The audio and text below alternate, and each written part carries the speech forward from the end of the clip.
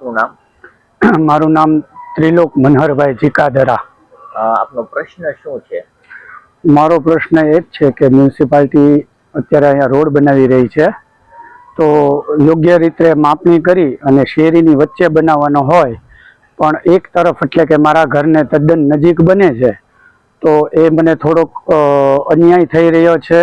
ભવિષ્યમાં પણ મને અન્યાય થાય, મને તકલીફ થાય, તો યોગ્ય માપણી કરી અને શેરીની વચ્ચે કરે, બસ એટલો જ મારો પ્રશ્ન છે। હાલમાં તમે કોઈ ફરિયાદ કે કમિશનરશ્રીને કે કોઈ પણ જગ્યાએ આપેલી છે? હા, કમિશનર સાહેબને એક લેખિત અરજી આપી છે, જેનો મને રજીસ્ટર નંબર આપ્યો છે। રોડ ખાતાને એક આપી દીધી છે અને એક એસ્ટેટ વિભાગને, ત્રણેય જણાને મેં એક એક નકલ આપી છે, જેની એક ઓસી મારી પાસે છે। જેમાં મને કયો છે ત્રિલોકભાઈ? આનંદનગર વિસ્તાર છે, હુડકો કોલોની। અને આવનાર સમયમાં તમને ન્યાય નહીં મળે કદાચ, અને કોર્પોરેશન જે પોતાનો રોડ છે એ જ જગ્યાએ કાઢશે, તો તમે શું પગલાં લેશો? પગલામાં તો એવું છે કે હું તો નાનો એવો માણસ છું, મેં તો સાહેબને ટેલિફોનિકે કીધેલું છે કે સાહેબ આ રોડ બનશે તો અમે ઉપવાસ ઉપર ઉતરશું, ગાંધી ચિંધ્યા માર્ગે અમે ચાલશું અને યોગ્ય કરાવવા માટે અમે ઉપવાસ ઉપર પણ ઉતરવા તૈયાર છીએ।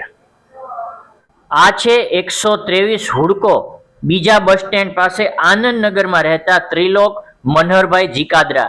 એમનું કહેવું છે કે જે મહાનગરપાલિકા દ્વારા રોડ બનાવવામાં આવી રહ્યો છે તે રોડ બિલકુલ તેમના ઘરની બાજુથી પસાર થાય છે। ત્રિલોકભાઈનું કહેવું છે કે આ રોડ સેન્ટરની અંદર હોવો જોઈએ, બંને બાજુ એક સરખી જગ્યા હોવી જોઈએ અને વચમાંથી રોડ નીકળવો જોઈએ।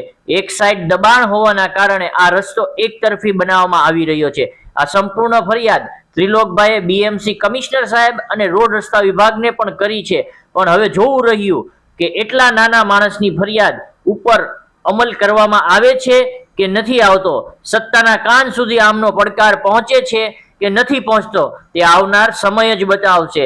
સંધિ જાગૃતિ ન્યૂઝ તંત્રી જાહિદ મદરા, ભાવનગર।